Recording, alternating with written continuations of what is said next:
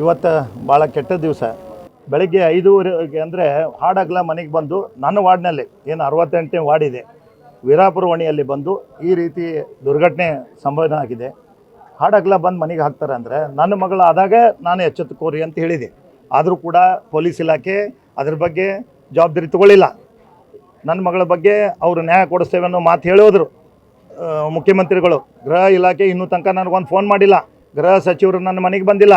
ಎಲ್ಲಿಯೂ ಕೂಡ ಅದನ್ನು ಅವರು ಈ ಕೇಸನ್ನು ಹಾಗೆ ಹೆಂಗೆ ಬಂದಿತ್ತು ಹಂಗೆ ಮುಚ್ಚಾಕಿಬಿಟ್ರು. ಅದನ್ನು ಮಾಡಿದ್ರಿಂದ ಇನ್ನೊಬ್ಬರಿಗೆ ಕುಮ್ಮಕ್ಕಾಯಿತು. ಇವತ್ತು ಈ ಆರೋಪಿ ಹಾಡಗಲ ಹೇಳ್ತಾನಂತೆ, ನೀವು ಯಾವ ರೀತಿ ನೀವು ಬಂದರೆ ಸರಿ, ಬರಲಿಲ್ಲ ಅಂದರೆ ಯಾವ ರೀತಿ ನ್ಯಾಯ ಹಿರೇಮಠನ ಹತ್ಯೆ ಆಗೈತಿ ಅದೇ ರೀತಿ ನಾನು ಕೂಡ ನಿನ್ನ ಹತ್ಯೆ ಮಾಡ್ತೀನಿ ಅಂತ ಹೇಳ್ತಾನೆ. ಇಷ್ಟು ಚಾಲೆಂಜಾಗಿ ಹೇಳುವತ್ನಾಗ ಇಂಥ ವಿಕೃತ ಮನಸ್ಸಿದ್ದವ್ರನ್ನ ಕಡಿವಾಣ ಹಾಕಕ್ಕೆ ಇವ್ರಿಗೆ ಅಧಿಕಾರ ಇಲ್ಲ ಅಂದರೆ, ಇವ್ರು ಪೊಲೀಸರಿಗೆ ತಿಳಿಸಿದ್ರು ಕೂಡ ಮಾಡೋಕ್ಕಾಗಿಲ್ಲ ಅಂದರೆ ಇಂಥ ಆಫೀಸರ್ ನಮಗೆ ಬೇಕಾ?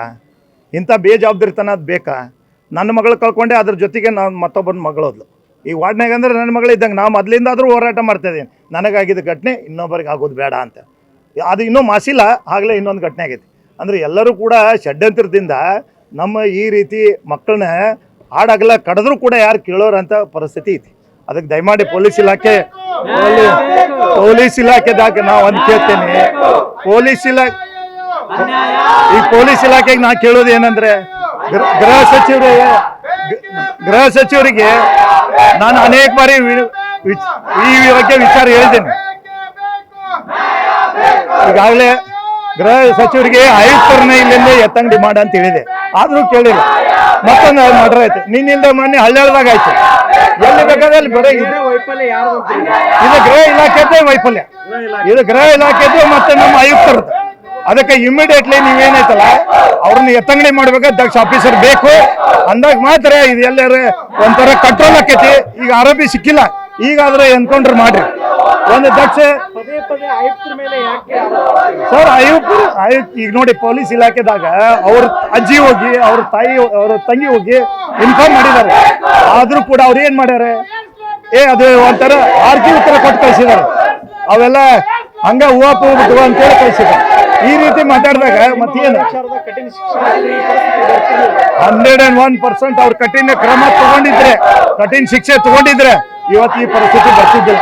ಅದಕ್ಕೆ ಇವತ್ತು ಪದೇ ಆಗ್ತಾ ಇದೆ. ದಯಮಾಡಿ ನಾ ಎಲ್ಲರಿಗೂ ವಿನಂತಿ ಮಾಡ್ತೀನಿ, ರಾಜ್ಯ ಸರ್ಕಾರ ಮುಖ್ಯಮಂತ್ರಿಗಳು ಇಲೆಕ್ಷನ್ ಮುಗಿದೈತಿ, ಎಲ್ಲ ಮುಗಿದೈತಿ, ಈಗಾದರೂ ಉನ್ನತ ಮಟ್ಟದ ಮೀಟಿಂಗ್ ಮಾಡಿ ಇಮಿಡಿಯೇಟ್ IPS ಆಫೀಸರ್ನ ಚೇಂಜ್ ಮಾಡಿ, ಗೃಹ ಸಚಿವರನ್ನು ಚೇಂಜ್ ಮಾಡ್ರಿ ಅಂದಾಗ ಮಾತ್ರ ಇದೇನಾರು ನಮ್ಮ ಹುಬ್ಳಿ ಧಾರವಾಡಗೆ ಒಂದು ಒಳ್ಳೆ ಹೆಸರು ಬರಕ್ ಆಕೈತಿ. ಇಲ್ಲ ಅಂದ್ರೆ ಹಿಂಗೆ ಮಡ್ರ ಹಾಕೋತಕ್ಕವು ಅಫೀಮು ಗಾಂಜಾ ಸೇರೆ ಮಾರ್ಕೋತ ಅಡ್ಡಾಡ್ತಾರೆ. ಅದಕ್ಕೆ ಯಾರು ದಾದ್ ಮಾಡ್ತಾರೆ ಹೋಗಂಗಿಲ್ಲ. ಅದಕ್ಕೆ ದಯಮಾಡಿ ರಾಜ್ಯ ಸರ್ಕಾರದವ್ರು ಇಮಿಡಿಯೇಟ್ಲಿ ಇದನ್ನ ಸೀರಿಯಸ್ ಆಗಿ ತಗೊಂಡ್ ಮಾಡ್ಬೇಕು. ಇಲ್ಲಾಂದ್ರೆ ರಾಜ್ಯ ದೇಶಾದ್ಯಂತ ಹೋರಾಟಗಾರರು ಸಿದ್ಧಾಗ್ಯಾರ. ದಯಮಾಡಿ ಬಡ ಕುಟುಂಬರು, ಪಾಪ ಬಡಪಾಯಿಗಳು ದುಡ್ಕೊಂಡು ತಿನ್ನೋರು, ಕೂಲಿ ಕಾರ್ಮಿಕರು ಅಂಥವ್ರ ಮನೆಯಾಗ ಆತ ನಾಳೆ ಯಾರ ಮನೆಯಾದ್ರೂ ಬಿಟ್ಟಿಲ್ಲಿದ್ದ. ಅದಕ್ಕೆ ದಯಮಾಡಿ ಎಲ್ಲರೂ ಕೂಡ ತಾವು ಮಾಧ್ಯಮದವ್ರಿದ್ದೀರಿ, ಅವ್ರಿಗೆ ಎಚ್ಚರಿಕೆ ಮಾಡ್ರಿ.